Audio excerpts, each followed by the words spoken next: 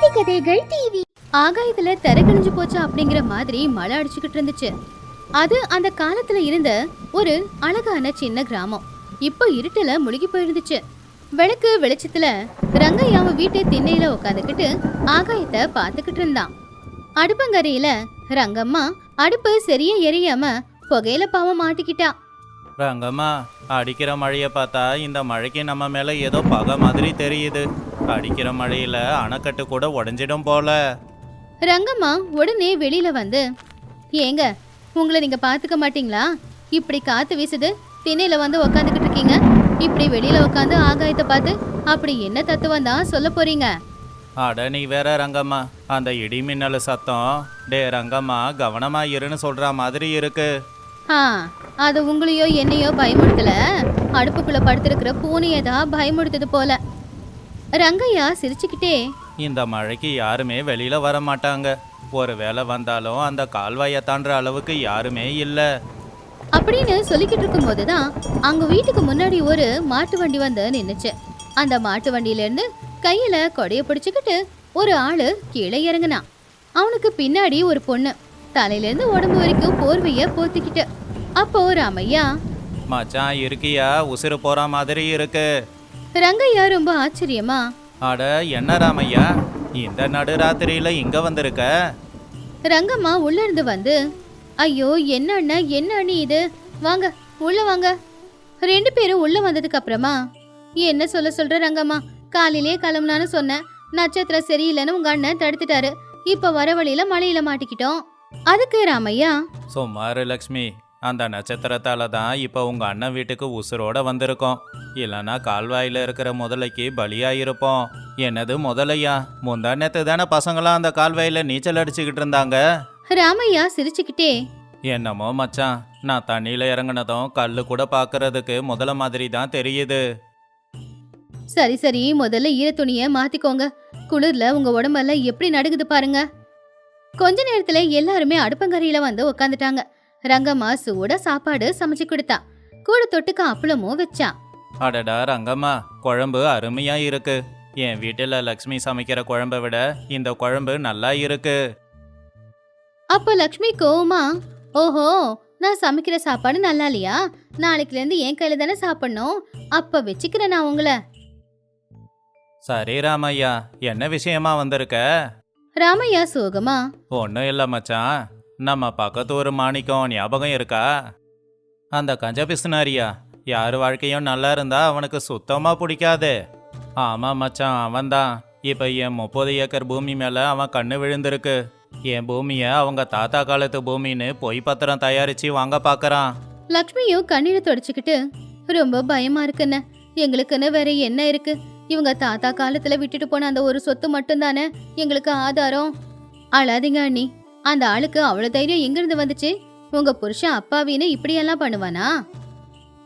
நாளைக்கு என் பிள்ளைங்க வளர்ந்ததுக்கு அப்புறம் அவங்களுக்கு சொத்துன்னு கொடுக்கறதுக்கு இருக்கிறது அந்த பூமி தான். அதுவும் போனா நான் என்ன பண்ணுவேன்? அவனுக்கு மனசாட்சின்னு எதுவுமே இல்லைன்னு. எங்க வாழ்க்கை வீணாயிடுமோ அப்படின்னு ரொம்ப பயமா இருக்கு. ரங்கையா சிரிச்சுக்கிட்டே, இந்த ரங்கையா இருக்கிற வரைக்கும் உங்க பூமிக்கு எதுவும் ஆகாது. அந்த மாணிக்கத்தோட திட்டம் எனக்கு புரியுது. அவன் பூமிக்காக இல்லை, அதில் இருக்கிற புதையலுக்காக நாடகம் ஆடுறான். ஆமாம் மச்சான், என் பூமியில புதையல் இருக்குன்னு ஊர்ல யாரோ கதை கட்டி விட்டுருக்காங்க. அதை அவன் ரொம்ப நம்புறான். அதை கேட்டு ரங்கையா, சரி சரி, நாளைக்கு பஞ்சாயத்துல நான் சொல்ற மாதிரி சொல்லு. அதை கேட்டு ராமையா, ஐயா கும்பிடுறாங்க ஐயா, இந்தாங்க ஐயா என் பூமி அப்படின்னு தூக்கி கொடுக்க சொல்றியா? நீயும் அவன் பக்கமே பேசுறியா மச்சான்? அந்த ஒரு பூமி தான் எனக்குன்னு இருக்கு மச்சான். இருங்க இருங்க அண்ணி, ஏங்க எது சொன்னாலும் ரகசியமா சொல்லுங்க. நீங்க என்ன சொல்ல போறீங்கன்னு கேக்குறதுக்கு ரெண்டு பேரும் ரொம்ப ஆர்வமா இருக்காங்க போல. சரி சரி, மெதுவா சொல்லுங்க. அப்போ ரங்கையா அவனுடைய திட்டத்தை சொன்னான். ராமையா கேட்டான், அவனுக்கு அந்த புதையல் மேலதானே ஆசை. அவன் பள்ளத்தை தோண்டி அந்த புதையல் எடுக்க முயற்சி பண்ணட்டும். ஆனா அதுக்கு முன்னாடி அவன்கிட்ட ஒரு பத்திரத்தை எழுதி வாங்கிக்கலாம்.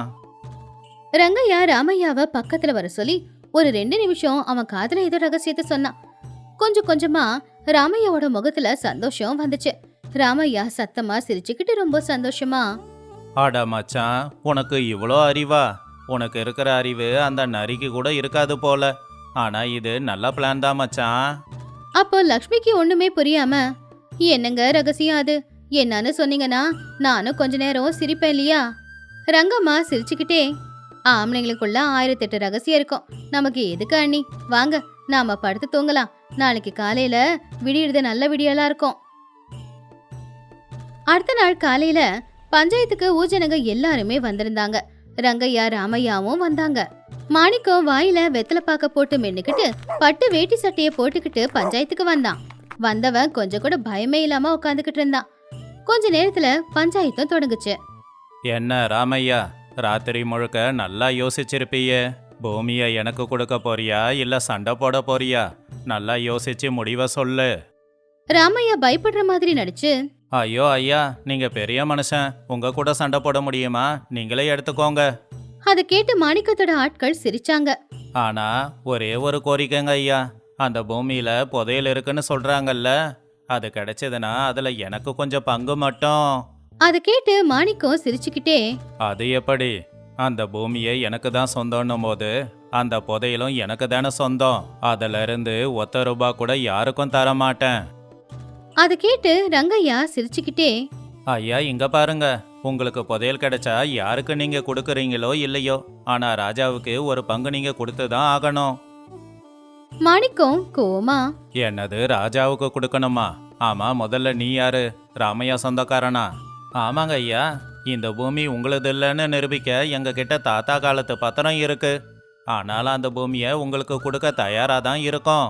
ஆனா ஒரே ஒரு நிபந்தனை மட்டும்தான், நீங்க எல்லாரும் அதுக்கு ஒத்துக்கணும். சொல்லுறாங்க ஐயா, என்ன நிபந்தனை? ஐயா, இவர் பூமியை தோண்டிக்கட்டும், அங்க புதையல் கிடைச்சாலும் எடுத்துக்கட்டும், ஆனா அதுல பாதிய நியாயமா ராமையாவுக்கு கொடுக்கணும்ல. ஆனா ஒருவேளை அங்க புதையல் கிடைக்கலன்னு வச்சுக்கோங்க, என் மச்சானோட பூமியை வீணாக்குனதுக்கு நஷ்ட ஈடு கொடுக்கணும். அதை எவ்வளவு கொடுக்கறாருன்னு நீங்களே கேட்டு சொல்லுங்க. அதை பத்திரமா எழுதி கையெழுத்து போட்டு கொடுத்தா நாங்க ஒத்துக்கறோம். பஞ்சாயத்தை சுத்தி இருக்கிற ஜனங்க எல்லாருமே ஏதோ ரகசியமா பேச ஆரம்பிச்சாங்க. மாணிக்கத்துக்கு அந்த இடத்துல புதையல் இருக்கு அப்படிங்கிற விஷயத்துல நம்பிக்கை ரொம்ப அதிகம். எப்படியும் புதையல் கிடைக்கதான் போகுது, அதுக்கு முன்னாடி இதெல்லாம் பெரிய விஷயமா அப்படின்னு அவன் மனசுக்குள்ள அவன் முடிவெடுத்துட்டு சிரிச்சுக்கிட்டே எல்லார்கிட்டையும், சரிடா, அந்த புதையல் எனக்கு தான் சொந்தம், நீ சொன்னதுக்கு நான் ஒத்துக்கிறேன், எடு பத்திரத்தை. ஊரோட தலைவர் பத்திரத்தை தயார் பண்ணாரு. அதுல மாணிக்கம் கையெழுத்து போட்டான். அதை பார்த்து ராமையாவும் ரொம்ப சந்தோஷப்பட்டான். ஆனா லக்ஷ்மிக்கு மட்டும்தான் எதுவுமே புரியல. ஒரு மாசத்துக்கு அப்புறமா ஊர்ல மறுபடியும் பஞ்சாயத்து கூடுச்சு. பஞ்சாயத்துல எல்லாரும் அமைதியா இருந்தாங்க. அப்ப ராமையா கையில பத்திரத்தோட பஞ்சாயத்துக்கு வந்தான். பஞ்சாயத்துக்கு வந்த மாணிக்கம் தைரியமா இல்லாம தலைய தொங்க போட்டு உக்காந்துக்கிட்டு இருந்தான். ஒரு மாசமா அவனுடைய ஆட்கள் ராமையோட பூமியில எங்கெங்கயோ பள்ளம் தோண்டிட்டாங்க. ஆனா அவன் எதிர்பார்த்த புதையல் அவனுக்கு கிடைக்கல. இங்க பாருங்க ஐயா, அந்த பத்திரத்துல எழுதி இருக்கிறபடி நீங்க பள்ளம் தோண்டி உங்களுக்கு புதையல் கிடைக்கல, அதனால நீங்க ராமையாவுக்கு நஷ்ட ஈடு கொடுக்கணும். சொத்தி இருக்கிற ஜனங்க விழுந்து விழுந்து சிரிச்சாங்க. அதுல ஒரு வயசான பாட்டி, இந்த மாணிக்கத்துக்கு பைத்தியம் பிடிச்சிச்சா என்ன, ஊருக்காரங்க கஷ்டத்தை முழுங்க பார்த்தான்ல, அதனாலதான் இப்படி எல்லாம் நடக்குது. இன்னொருத்தங்க சிரிச்சுக்கிட்டே, இவரு பொண்டாட்டி நிலைமை இன்னும் மோசம், போன மாசம் வரைக்கும் பட்டு புடவைய கட்டிக்கிட்டு பந்தாவா ஊருக்குள்ள வரவங்க இப்போ பணத்தை இழந்து வீட்டுக்குள்ள அடுப்பு ஊதிக்கிட்டு இருக்காங்களாம். முகத்தை காட்ட முடியுமா எங்ககிட்ட? அப்படி ஊஜனங்க சிரிச்சுக்கிட்டு இருக்கும்போது மாணிக்கம் எழுந்துருச்சு. ராமையாவுக்கு கொடுக்க வேண்டிய பணத்தை ஒரு பையில போட்டு அதை கொடுத்துட்டு அந்த பத்திரத்தையும் வாங்கி கிழிச்சு போட்டுட்டு தலை குனிச்சுக்கிட்டு அங்கிருந்து போயிட்டான். ராமையா நேரா அங்கிருந்து ரங்கையாவோட வீட்டுக்கு போனான். கையில ஒரு ஸ்வீட் பாக்ஸ், அது கூடவே பட்டு வேட்டியும் பட்டு புடவையும். மச்சான், ரங்கம்மா வெளியில வாங்க, நம்ம திட்டம் வேலை செஞ்சிடுச்சு, நம்ம பூமியும் கையை விட்டு போகல, கூடவே காசும் வந்திருக்கு. லக்ஷ்மி அவங்க 2 பேரையும் பார்த்து சந்தோஷமா, அண்ணன் இன்னைக்கு நாங்க சந்தோஷமா இருக்க காரணம் நீங்க தான், உங்க புண்ணியத்துல தான் எங்க நிலமும் எங்களுக்கு கிடைச்சது, கூடவே எங்களுக்கு பணமும் கிடைச்சது. ரங்கம்மா சிரிச்சுக்கிட்டே அந்த புடவைய பார்த்துக்கிட்டு, அண்ணி சும்மா என் வீட்டுக்காரரை நான் திட்டிக்கிட்டு இருப்பேன், ஆனா அவரு எவ்வளவு பெரிய புத்திசாலின்னு எனக்கு நல்லாவே தெரியும், அதனாலதான் அவரால் இன்னைக்கு உங்களை காப்பாற்ற முடிஞ்சது. அப்ப ரங்கையா சிரிச்சுக்கிட்டே, அவன் பேராசக்காரன் அப்படிங்கறதால தான் நாம விரிச்ச வலையில விழுந்தான். கோபம் மனுஷனை யோசிக்க விடாது, நிதானமா யோசிச்சா எல்லா பிரச்சனையில இருந்தும் வெளியில வந்துடலாம். எல்லாரும் சந்தோஷமா சிரிச்சாங்க. லக்ஷ்மி ராமையாவோட கண்ணுல இருக்கிற சந்தோஷத்தை பார்த்து ரங்கையாவோட மனசு நிறைஞ்சு போச்சு. நீதி கதைகள் டிவி. அது ஆத்தங்கரையோரமா இருக்கிற ஒரு அழகான கிராமம். அந்த ஊர்ல எல்லாரும் ஒண்ணுமா சந்தோஷமா வாழ்ந்துகிட்டு இருந்தாங்க. ஆனா அந்த ஊரோட தலைவரான ராமையா அவரு கூட பிறந்த தம்பியான சுப்பையாவுக்கு நடுவுல மட்டும் பேச்சுவார்த்தை இல்ல. அவங்க 2 பேரும் வீடு பக்கத்துல இருந்தாலும் 2 வீட்டுக்கு நடுவுல ஒரு முள்வேலி இருந்துச்சு. 10 ஏக்கர் பூமிய பங்கிடும் போது வந்த சின்ன சண்டை ஒரு பெரிய பகையா மாறி 2 குடும்பங்களும் பேசிக்கிறதே இல்ல. ராமையாவோட ஒரே ஒரு மருமக தான் வெங்கடேசன். ரொம்பவும் நல்லவன், ரொம்பவும் புத்திசாலியும் கூட. ஒரு பண்டிகை அன்னைக்கு மருமக வெங்கடேசனும் மக கௌரியும் ராமையா வீட்டுக்கு வந்தாங்க. தடவையா வீட்டுக்குள்ள வந்த வெங்கடேசனுக்கு அங்க சூழ்நிலை ரொம்ப அமைதியா வித்தியாசமா தெரிஞ்சது. வாங்க மாப்பிள, வழியெல்லாம் எப்படி இருந்துச்சு? மாட்டு வண்டியில தானே வந்தீங்க? சரி உள்ள வாங்க, தண்ணி குடிங்க. மாட்டு வண்டியில வந்தது நல்லா தான் இருந்துச்சு மாமா. ஊருக்குள்ள வந்ததும் ஜில்லுன்னு காத்துப்பட்ட உடனே எல்லா கஷ்டமும் போயிடுச்சு. ஆமா, வயல் வேலைலாம் எப்படி நடக்குது? வயல் வேலைக்கு என்ன மாப்பிள, நல்லா தான் நடந்துகிட்டு இருக்கு. பண்டிகை அன்னைக்கு மகாலட்சுமி மாதிரி இருக்கிற என் பொண்ணையும் உங்களையும் வீட்டுல பாக்குறது தான் என் மனசுக்கு ரொம்ப நிறைவா இருக்கு. அப்ப உள்ள இருந்து வந்த சீதம்மா, அடடே மாப்பிள்ள வந்துட்டீங்களா? வாங்க வாங்க. கௌரி, வந்த உடனே உங்க அப்பா கிட்ட என்ன பேச்சு? மாப்பிளைய நிக்க வச்சுக்கிட்டு வாங்க, குளிச்சுட்டு முதல்ல வந்து சாப்பிடுங்க. இதோ வரேம்மா. அப்பாவை பார்த்து ரொம்ப நாள் ஆச்சுல, அதான். அப்பா, சித்தப்பா எப்படி இருக்காரு அப்படின்னு கௌரி கேட்டாலோ இல்லையோ திடீர்னு ராமையாவோட முகம் மாறி போச்சு. அவரு ரொம்ப கோவமா, கௌரி, இந்த வீட்டுல அவன் பேரை சொல்லக்கூடாதுன்னு உனக்கு தெரியாது? எங்க 2 பேருக்கு நடுவுல இருந்த உறவு அருந்து போச்சு. அவன் எப்பவோ செத்து போயிட்டான். என்ன மாமா, பண்டிகை அன்னைக்கு இப்படி பேசுறீங்க? 2 பேரும் அக்கம் பக்கத்துல இருக்கிறவங்க மட்டும் கிடையாது, ஒரே தாயோட வயித்துல பிறந்தவங்க நீங்க. சின்ன சின்ன பிரச்சனைக்கெல்லாம் இப்படி பிரிஞ்சு இருக்கிறது நல்லா இல்ல மாமா. உங்களுக்கு தெரியாது மாப்பிள்ள, அந்த 10 ஏக்கர் பூமியில நான் எவ்வளோ கஷ்டப்பட்டிருக்கேன் தெரியுமா? ஒவ்வொரு மரத்தையும் நான் தான் நட்டு வளர்த்தேன். ஆனா அவன் அநியாயமா பாதி பூமியை அவனுக்கு வேணும் அப்படின்னு கேட்குறானே. ஊருக்காரங்க முன்னாடி என்ன அவன் அவமானப்படுத்தனா? என்னை எதிர்த்து நிக்கிறவங்கிட்ட எனக்கு உறவென்ன வேண்டி கிடக்குது? மருமக சிரிச்சுக்கிட்டே, மாமா, தோட்டத்துல இருக்கிற மரம் நிழலையும் கொடுக்கும், இனிப்பான பழங்களையும் கொடுக்கும். அதே மாதிரி கூட பிறந்தவங்க கூட இருந்தாதான் நல்லா இருக்கும். இடத்துக்காக தம்பியை தள்ளி வைக்கிறது தப்பில்லையா மாமா? இது இடத்துக்காக வந்த சண்டையா இருக்கலாம், ஆனா ஊருக்காரங்க முன்னாடி எனக்கு நடந்த அவமானத்தை நான் என்னைக்கும் மறக்க மாட்டேன் மாப்பிள்ள. இனிமே இதை பத்தி நாம பேச வேண்டாம். நீங்க என் வீட்டுக்கு வந்திருக்கிற மாப்பிள்ள, உங்களை நல்லபடியா பார்த்துக்க வேண்டியது என் கடமை. இனிமே நீங்க இந்த விஷயத்த பத்தி பேசாதீங்க. மருமக எதுவும் சொல்லாம அமைதியா போயிட்டான். அன்னைக்கு சாயந்தர நேரம் வீட்டு தோட்டத்துல மாமியாரான சீதம்மா அழுதுகிட்டு இருக்கிறத அவன் கவனிச்சு உடனே அவங்க பக்கத்துல போனான். என்னங்க அத்தை, பண்டிகை அன்னைக்கு கண்ணுல தண்ணி வருது. மாமாவோட கோபம் உங்களை பாதிக்குதா? சீதம்மா கண்ணீரை தொடச்சுக்கிட்டு, என்ன மாப்பிள்ள பண்ண சொல்றீங்க? பண்டிகை நாள் அன்னைக்கு குடும்பம் ஒன்னா இல்லைன்னா அழுகதானே வரும். எங்க குடும்பத்துக்கு சின்ன மருமகளா வந்தாலே லக்ஷ்மி, அவ என் கூட பிறக்காத தங்கச்சி மாதிரி. ஆனா 10 வருஷமா அவகிட்ட பேசல. வேலிக்கு இந்த பக்கம் நான் அழறேன், வேலிக்கு அந்த பக்கம் அவ அழறா. இவங்களுக்கு நடுவுல நாங்க மாட்டிக்கிட்டு தான் முழிக்கிறோம். கவலைப்படாதீங்க அத்தை, வேலி இருக்கிறது 2 வீட்டுக்கு நடுவுல தான், 2 மனசுக்கு நடுவுல இல்ல. இந்த பண்டிகை முடியறதுக்குள்ள அந்த வேலியும் இருக்காது, 2 மனசுக்கு நடுவுல பகையும் இருக்காது. அப்படி அந்த நாள் முடிஞ்சு அடுத்த நாள் காலையில ராமையா ஒரு வீட்டு திண்ணையில உட்காந்துக்கிட்டு பேப்பர் படிச்சுக்கிட்டு இருக்கும்போது அப்பதான் வெங்கடேசன் வெளியில வந்து அந்த முள்வேலிய தாண்டி பக்கத்துல இருக்கிற சுப்பையாவோட வீட்டுக்கு போனான். அத பார்த்து ராமையாவுக்கு ரொம்பவும் கோவம் வந்துச்சு. எழுந்துச்சு நின்னு மருமகனை தடுக்கலான்னு பார்த்தா தடுக்கவும் முடியல. சுப்பையா வீட்டுக்குள்ள இருந்து, யாரது? எங்க வீட்டுக்கு புதுசா யாரோ வராங்க போல இருக்கே. புதுசா யாரும் வரல மாமா, நான் உங்க வீட்டு மாப்பிள்ள வந்திருக்கேன். வணக்கம் மாமா. சுப்பையா ஆச்சரியமா, அட வாங்க மாப்பிள்ள, வீட்டுக்குள்ள வாங்க. ஆனா என் வீட்டு வாசலை மிதிச்சிங்கன்னு உங்க மாமாவுக்கு தெரிஞ்சா அவ்வளவுதான், உங்களை உண்டு இல்லைன்னு ஆக்கிடுவாரு. அவரு கோவப்பட்டா பட்டுக்கிட்டோம் மாமா, அதுக்குன்னு உறவு இல்லைன்னு ஆயிடுமா? ஆமா, நீங்க நல்லா இருக்கீங்களா? சுப்பையாவோட மனைவியான லக்ஷ்மி உள்ள இருந்து ஓடி வந்து, மாப்பிள்ள எப்படி இருக்கீங்க மாப்பிள்ள? எங்க அக்கா எப்படி இருக்காங்க? ஐயோ, என் பொண்ணு கௌரி நல்லா இருக்காளா? அவங்களெல்லாம் பார்த்து பேசி எவ்வளவு நாள் ஆச்சு. 2 பேரும் நல்லா இருக்காங்களா மாப்பிள்ள? எல்லாரும் நல்லா இருக்காங்க. மனசுக்குள்ள இவ்வளோ பாசத்தை வச்சுக்கிட்டு என்ன கோபம் உங்களுக்கு? அப்படி உங்க 2 பேருக்கும் நடுவுல என்ன பிரச்சனை தான் நடந்தது? தப்பு என்னோடது இல்லப்பா, அவரோடது தான். அப்பா இறந்ததுக்கு அப்புறம் எல்லாத்தையும் அவரு தான் பார்த்துக்கிட்டாரு. அதுக்குன்னு பங்கு பிரிக்க வரும்போது அந்த 10 ஏக்கர் பூமியும் அவருக்கே வேணும்னு கேட்டா எப்படி? நானும் என் அப்பாவுக்கு புள்ள தானே, அதுல சரி பாதி எனக்கும் தானே கொடுக்கணும். வேற வழி இல்லாம பஞ்சாயத்துக்கு போய் என்னோட பங்கை வாங்கிக்கிட்டேன். இதுக்கு வேற வழி இல்ல. ஆனா சொத்துக்காக அண்ணனை ஒதுக்கி வைக்கிறது தப்பு இல்லையா? உங்களுக்காக அவர் எவ்வளோ கஷ்டப்பட்டிருப்பாரு. நீங்க நடக்கிறதுக்கு முன்னாடியே உங்களை தூக்கி நடந்தவராச்சே, அவரை ஒதுக்கி வைக்கலாமா? அவரு அப்பாவுக்கு சமம். அப்ப சுப்பையா, உண்மைதான்ப்பா. ஆனா எல்லாரும் முன்னாடியும் என்ன கூலிக்கார மாதிரி நடத்தினாரு. அந்த கஷ்டம் போகலையே, அதனால தான் எனக்கு இவ்வளவு கோவம். மாமா, ஒரு மரத்தோட கிளை உடைஞ்சிடுச்சு அப்படின்னு ஒரு மரத்தையே வெட்டுறது நியாயம் இல்ல. அந்த மாதிரி தான் சொத்து வேணும் அப்படிங்கிறதுக்காக உங்க அண்ணனை நீங்க ஒதுக்கி வைக்கிறதும் நியாயம் இல்ல. நீங்க இன்னைக்கு வாங்க, என்ன ஆனாலும் சரி. இந்த குடும்பத்துக்கு நடுவுல இருக்கிற பிரச்சனைய நான் இன்னைக்கு முடிச்சு வைக்கிறேன்.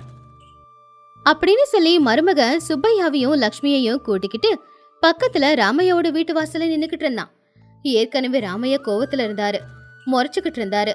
இன்னொரு பக்கம் வாசல்ல சீத்தம்மாவும் கௌரியும் நின்னுக்கிட்டு இருந்தாங்க. அப்ப ராமையா கோவமா, மாப்பிள்ள, என் வீட்டில இருந்து நீங்க அவன் வீட்டுக்கு போனதே தப்பு. இதுல அவனை என் வீட்டுக்கு கூட்டிட்டு வர பாக்குறீங்களா?